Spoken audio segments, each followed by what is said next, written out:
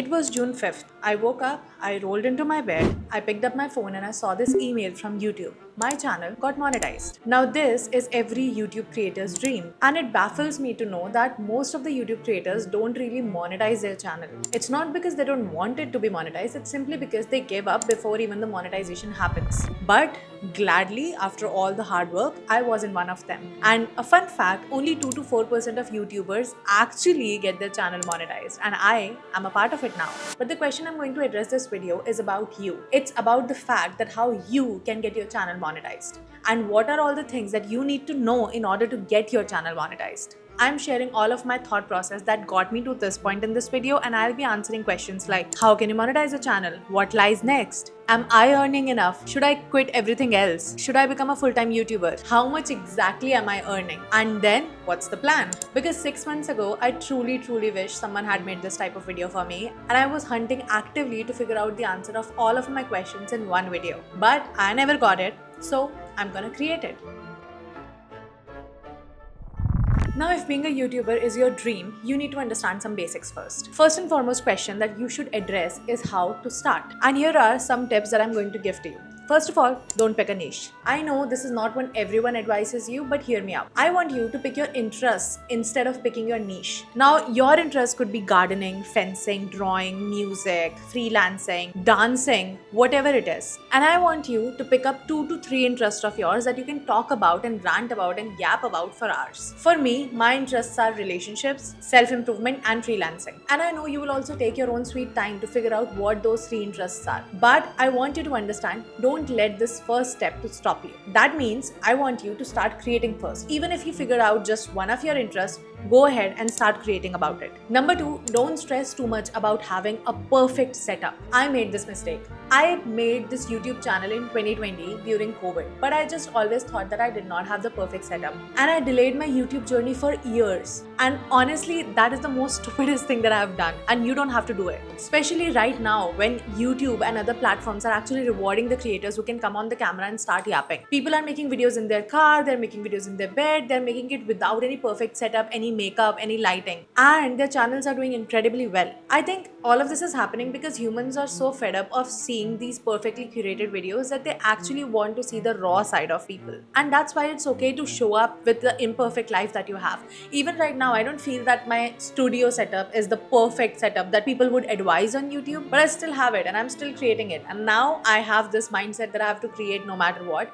That is the mindset you should have. Then I want you to focus on your content rather than focusing on aesthetics. Please, for the love of God, don't focus on aesthetics of the video. It's a build up on the previous point. A lot of times we think that, oh my god, my hair is not looking good, my makeup is not on point, I should rather stop and not record this videos, makeup takes too much time. Don't let all these thoughts to consume you from creating content. The time that you're going to spend in your background, perfecting your studio, perfecting everything should be rather spent on creating the content. And that being said, one of the most common pitfalls of these days is that people think that they can get their scripts ready by ChatGPT. They cannot get their makeup done by it. So they spend all of their time in setting up these aesthetics while they should be actually spending all the time in creating the content. Because now there are researchers that are proving that humans are becoming exceptionally good at spotting out what content is AI generated and what is not. And that means that your audience can see right through you, even though they can't pinpoint exactly like what sentence is making them feel that your content is AI generated, but they will know it. So instead of spending time on all the aesthetics, spend time in learning how to actually write good scripts.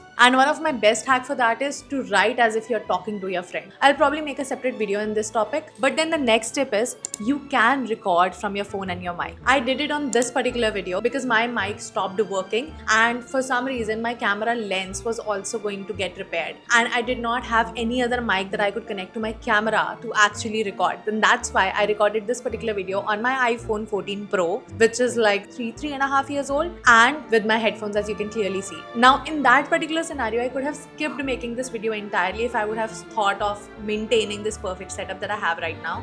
but I understand that consistency is the most important thing that you can have as a creator. So I just thought to myself that fuck it, I'm just going to record the video with the phone and the earphones. Also guys, you can sit in a natural lighting and record a good video. I would always prefer it over this setup that I have. But sadly, where I live, I do not have good sunlight coming into my room, and that's why I had to invest into this space of mine. This also acts as my office from where I work on all of my freelancing stuff. So yeah, it's a win-win, but you can completely record it in sunlight. Then the next thing that I tell you is don't put too much effort in a single video. I created my birthday video like that, okay? I spent so much time thinking about it. I spent my entire Thailand trip thinking about it. It did not get much traction, and honestly, it broke my heart. Whereas the videos with the most minimal editing but good content actually got me more engagement. It re-emphasizes on the point when I'm saying that don't focus too much on aesthetics but focus on the quality of the content. And also, I want you to think about this point, that when you put too much effort into one single video and it does not perform, you are more likely to give up. Instead, I want you to start small and then progress from there. Add a new element in each of your video. If you go and watch like my previous videos on my channel, I'll be embarrassed. But I did not let those videos stop me. Even this video that I'm recording right now, I think that it's not perfect by any means. I could have done a lot better. But all these thoughts are actually the procrastination thoughts which are disguised in perfectionism, and we don't want to be doing that. So get into the practice of creating videos first. And then a common advice, but I would like to reiterate that post your first 100 videos before you give up. Commit to yourself that I'm going to post 100 videos no matter what. And that will give you enough momentum, enough data points to actually understand what is working and what is not. You will not regret it, trust me. Also a disclaimer guys, do not get too swallowed by all the advice that YouTubers have on the internet. I know this sounds like such an irony because here I am doing the same. But I want you to tell that I'm just sharing all of these things from my experience point of view. I'm not telling you this is it, this is all you have to do. I'm just sharing these advices, the things which have worked for me, okay? So I'm not telling you that this is the exact roadmap that you have to follow. I'm just telling you how I think about creating content on YouTube. You can try my ways, but don't be scared to divert if it doesn't work out for you. Now, once you're up and going with your channel, how do you get it monetized? Now to monetize a YouTube channel, you actually need two things. First, 1000 subscribers and 4000 watch hours in 365 days. In my case, I actually hit 1000 subscribers in December 2024 when one of my videos actually outperformed all of the videos. So that helped me there. But then I vanished. See, I'm married, I run my agency. And then in 2025, my focus was to actually pour all of my energy into those two things. And somehow, YouTube took a backseat for me. I'm not very proud of it because that killed the momentum, but yeah, that happened. It was only in the last quarter of 2025 that I realized that I want to come back to YouTube. So I started posting again. Now, when you are in a situation like this, I want you to understand it and learn it from my mistake that once the momentum is broken, it takes time for the algorithm to actually rank you. Okay, and this isn't just for YouTube. As a creator who has been in this creator economy for last 2-3 years, I can tell you that this is the common pattern for all the platforms. Every single platform out there rewards consistency. And no, by consistency, I don't mean that you have to post daily. It simply means that you have to pick a schedule that works for you and then you have to just stick to it. So when I resumed posting on YouTube, like in November 2025, I had back-to-back flop videos. I was only growing 1-2 subscribers. And you know what? It's a confession that I'm making right here, but I was this close to deleting this channel. Because when you're not seeing any growth, it is only natural to start questioning everything. And I was having questions like, is my channel shadow banned? Why is YouTube not pushing my channel? What am I doing wrong? Shall I launch a new channel and delete this one? But I want you to hold tight because thank God I did not listen to my emotions. And my channel got monetized with one video that got me 3.5 watch hours and 3k new subscribers. It takes only one video, guys. It's true. So the first and foremost thing I want you to put in your head is that you have to keep creating even when no one's watching. Especially when no one's watching, okay? You promise? Now, when my channel was close to getting monetized, my head was all filled with doubts and questions. And I actually had two main questions. Number one, how does YouTube actually count these 365 days? And number two, what happens to these 4K hours? Are they also monetized? Nobody answers these questions in these videos. Trust me, guys. I have searched for it endlessly. I researched about this a lot. And I also talked to the creators who have already monetized their channel. And then finally, I figured this out. And now in this video, I'm giving you the answers. So basically, YouTube says that you need 4,000 watch hours in the last 365 days. Now, this could make one thing that do I need to maintain those 4K watch hours to keep my channel monetized? Can my channel ever be unmonetized? The answer is no. Think of it like winning a marathon. Once you have finished this 4K watch race, you have pulled the ribbon apart. That's it. Done. And a lot of people don't know this. I did not know this, but YouTube actually counts your watch hours on a rolling basis. So think of it like this. Let's say today is 17 July 2026. Okay? So YouTube is actually counting your watch hours from 17 July 2025 to 17 July 2026. And tomorrow, when it will be 18th July 2026, YouTube will be counting your watch hours from 18 July 2025 to 18 July 2026. That's what YouTube means when it says that you have to hit your 4,000 watch hours in the last 365 days. So those 365 days are actually on a rolling basis. Then the next question is, will these 4K hours be monetized? The answer is no. See, hitting 4K hours is a done and dusted situation. I want you to forget about it. Once you have hit this criteria, after that, every single watch hour gets monetized, but these 4K watch hours are just gone. There is no compensation for it, sadly. To get paid through YouTube, you need to earn $100 in AdSense revenue minimum to be able to withdraw it. But here's the fun stat that you don't know. And this stat might pinch you. Not every creator on YouTube will earn the same money from AdSense. Here's the thing.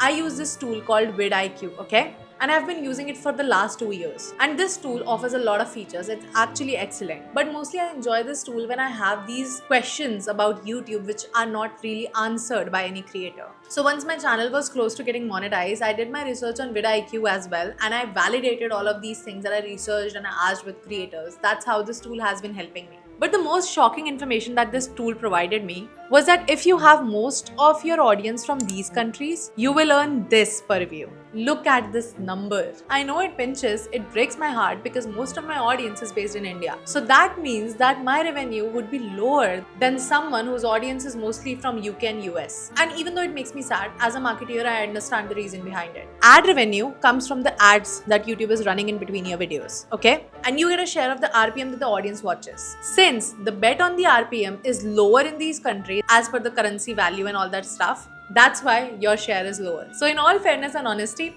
this is a screenshot of what I have earned in the last 1 month. Enough to buy me a coffee, right? And also guys, no one's paying me to say this, but vidIQ is actually pretty fabulous. It's a good tool. It helps you to understand YouTube a lot, and it's less than 2,000 rupees per month, and I see it as a good monthly investment to understand YouTube. And you can actually find a link in the description to buy this tool. Thank me later.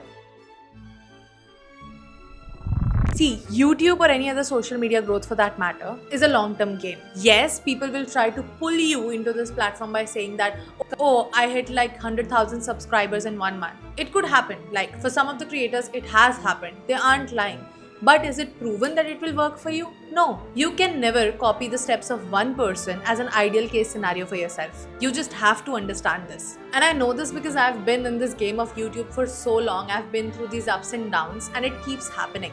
But there's one thing that keeps me motivated to keep going, and that is to have a mission beyond money. See, let's just address it. Everyone and their mothers want to be a YouTuber because they want financial freedom, because they understand that YouTube pays you good money so you can leave your job, you can travel the world, you can do whatever the heck you want to do. We have already seen a lot of examples of all such creators. But that is the end goal, right? That will not get the ball rolling for you in the initial days.